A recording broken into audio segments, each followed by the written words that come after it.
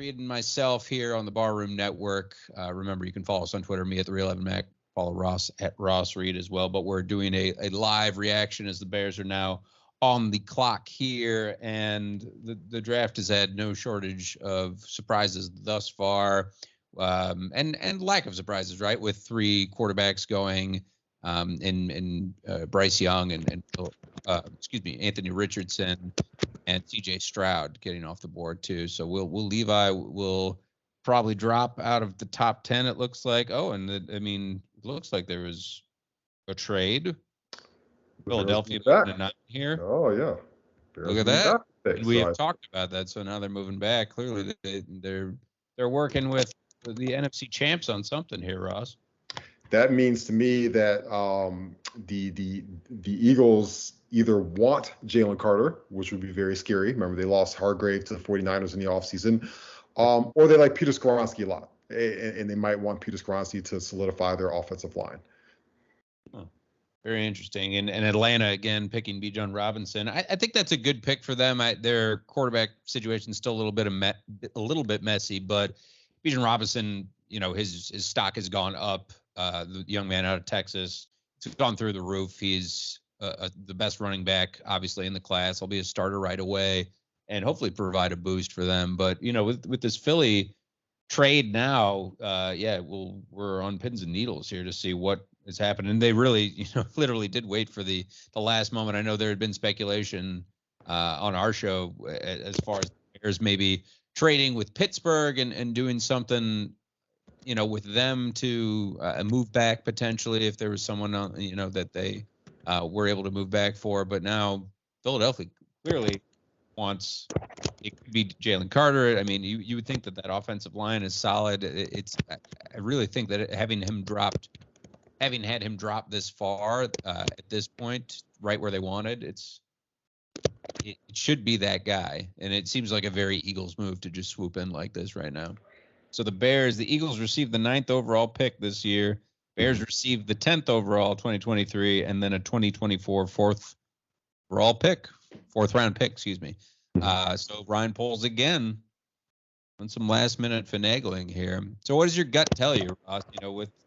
If Skoronski, if Jalen Carter gets picked, is it as easy as Skoronski, or does it go back to what we've been talking about with, perhaps another outlier? And it's certainly the offensive line, which is a big need, because it looks like defensively nobody would really jump out. You could really jump as far as best talent available, maybe Christian Gonzalez, but that's hard to imagine, right? Yeah, absolutely. So, I do think you have to protect Justin Fields. I think there's a guy that they've liked this whole process, on the offensive line. I think it's Darnell Wright. We talked about it at length for a couple of weeks now. I think he's their guy. I think he brings a nastiness to the offensive line. I think that's the guy who they have wanted this entire time. And if they were able to add a little bit of draft capital to grab him, then so be it. Fair enough. And Roger Goodell's announcing the Eagles pick right now, and it is Jalen Carter. I hope this works out for him. I hope he's able to get past everything that has happened, and that this works out. You can see him; he's very emotional right now on TV. That's awesome, and I hope that we don't hold what happened to him, hold his feet to the fire with that forever. And I hope that he can go on and have a very good career. And listen, he's going into an infrastructure that is perfect for his situation. Because all he has to do is show up and play football. That team has got leaders. He's got Fletcher Cox on that defensive line, who's been doing this for a long time. And Jalen Carter could very well be an awesome football player for a very long time. Yeah, you hit it on the head. And ESPN, of course, right when Carter got drafted, went immediately to that off the field issues that he had. And that's a lot for a young man like this who has not played professional football yet, has certainly played in a big spotlight, but it's well earned. You put in a lot of work, all the off the field distractions aside, and at this point, it's like you said, Ross, where you would hope that Jalen Carter plays up to the expectations that we had going into this draft, where he is one of the best interior linemen that we've seen in a long time, and the Bears. It's pretty incredible if the Bears knew Philly wanted him to think about what he would do to that defensive line, to one of these defensive players that have went already. It's pretty incredible. But the Bears now picking 10th overall. The pick is in. They're going to wait a second and drag this out as long as they can here. But we know the needs are many on the defensive side of the football. They could use a cornerback. They could use an edge rusher. They need an interior lineman. But it really does not look as though a defensive player could jump, at this point. It looks like as much as Christian Gonzalez would fill that need and fit in really well with this young secondary, and you look at the great young secondaries of the past decade, like the Legion of Boom, and how it's hard to come by great cornerbacks and safeties in this league. That the Bears' number one priority should be to protect Justin Fields, and Skoronski looks like he would certainly fill that need.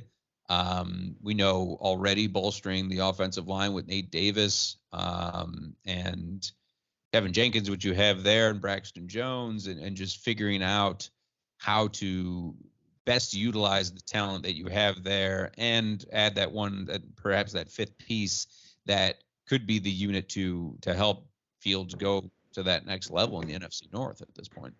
Yeah, absolutely. And, they want it nasty. They're trying to, Justin Fields is the most important thing that you can protect right now as your asset. And we see, you look at a guy like Jalen Hurts, who I already mentioned, but you see him getting all that money, that guaranteed contract. You see him taking that step. And it was largely built on getting him a number one wide receiver. And then also getting a offensive line to be able to protect him, to get the football to that number one wide receiver. Well, the Bears got DJ Moore, right, in the trade. So there's check one. He is a number one wide receiver, in my opinion. Now you need to solidify that offensive line. And if you go get a guy like Darnell Wright or, out there to protect the right side, also that's the side that you want to run the football on. And then you've got the young man, Braxton Jones, that you had last year. You still have Tevin Jenkins. You just brought in, I forget his name, Nate Atkins, the guard from the Titans. And all of a sudden you got something. I think the Bears are still going to address the offensive line in the draft again. I think they're probably going to look for their center of the future. And all of a sudden, you could potentially roll out 3 starters in week 1, and all these guys are like under 24 years old, and those guys are going to be your 3 of your 5 starting linemen for the next 5 years going forward. I actually put 4 in there if I put Tevin Jenkins in there. So, remember, Ryan Poles, Ian Cunningham, these are offensive linemen by trade. That's how they got into football. And I think that's where they want to build this football team this year is by bolstering this offensive line and protecting their most prized asset in Justin Fields. I think there's a small chance that Nolan Smith or Lucas Van Ness really, makes a push at this number 10 overall pick with the Bears, as Goodell's about to announce. There it is. It's Darnell Wright. And it's Darnell Wright, our guy that we had talked about, and I'd been on the record talking about how they need that nastiness and they need a good right tackle to be able to pave running lanes for Justin Fields and the running game overall. And this seems like a good pick that they have vetted out, and he looks good. He's not at the draft, but they're going into him and his family right now. Darnell Wright out of Tennessee. A new Chicago Bear. Do you like the pick, Ross, and the move that it came with at the 10th overall now? I do. And you see here the first clip that they show on ESPN is Darnell Wright absolutely just stonewalling the number 3 pick overall in Will Anderson, right? Also, he just completely crushes Brian Bresee, who's another guy that's going to go in the first round of his draft. His tape against really good, defensive linemen in this league is absolutely outstanding. And that means that he's going to be able to succeed at the next level against quality football players. This guy is completely awesome. So I'm so happy with the pick. It's great. I'm pleased with the pick based on the hype and how he has jumped up everybody's big board over these past several weeks. But let's not forget, he hasn't played a down of professional football yet. And all of these mock drafts, and at this point in the draft, it gets a little muddled as far as where you would have put this guy. Certainly not the top-ranked offensive tackle. You would have Skoronski ahead of him, or you would have put, Broderick Jones, one of these other guys ahead of him. But Darnell Wright, again, having that nastiness kind of goes along with Tevin Jenkins and has an attitude about him. He's been, quote, a mauler at right tackle, and he could step up right away for a young quarterback who needs protection, and it's paramount.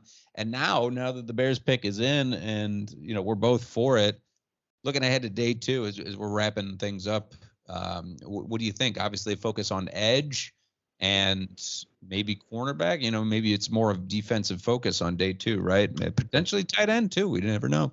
Yeah, I think so. I think they've, now they've got two picks now in the second round. I think they go defense on both picks. That's kind of what I predicted. I think they can go edge. I think they also still need a 3 technique to play this defense. So I would see them try to boost up the defensive line. Listen, the first 3 picks of the Bears draft should be about building the trenches again. That's how you win football in this day and age. And I think Ryan Poles gets that. So I think we'll see defensive line double dipping as we head into tomorrow.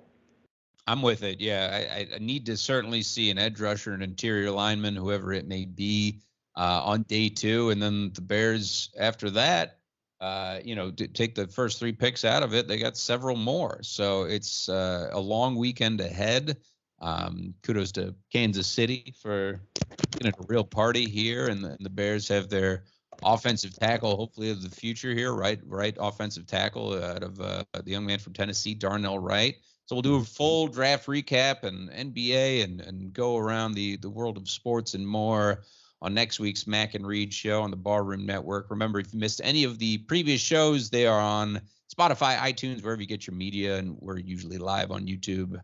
And follow Ross at Ross Reed, myself at The Real Evan Mac. Everybody be good to each other. Go Bears. Go Bears, please.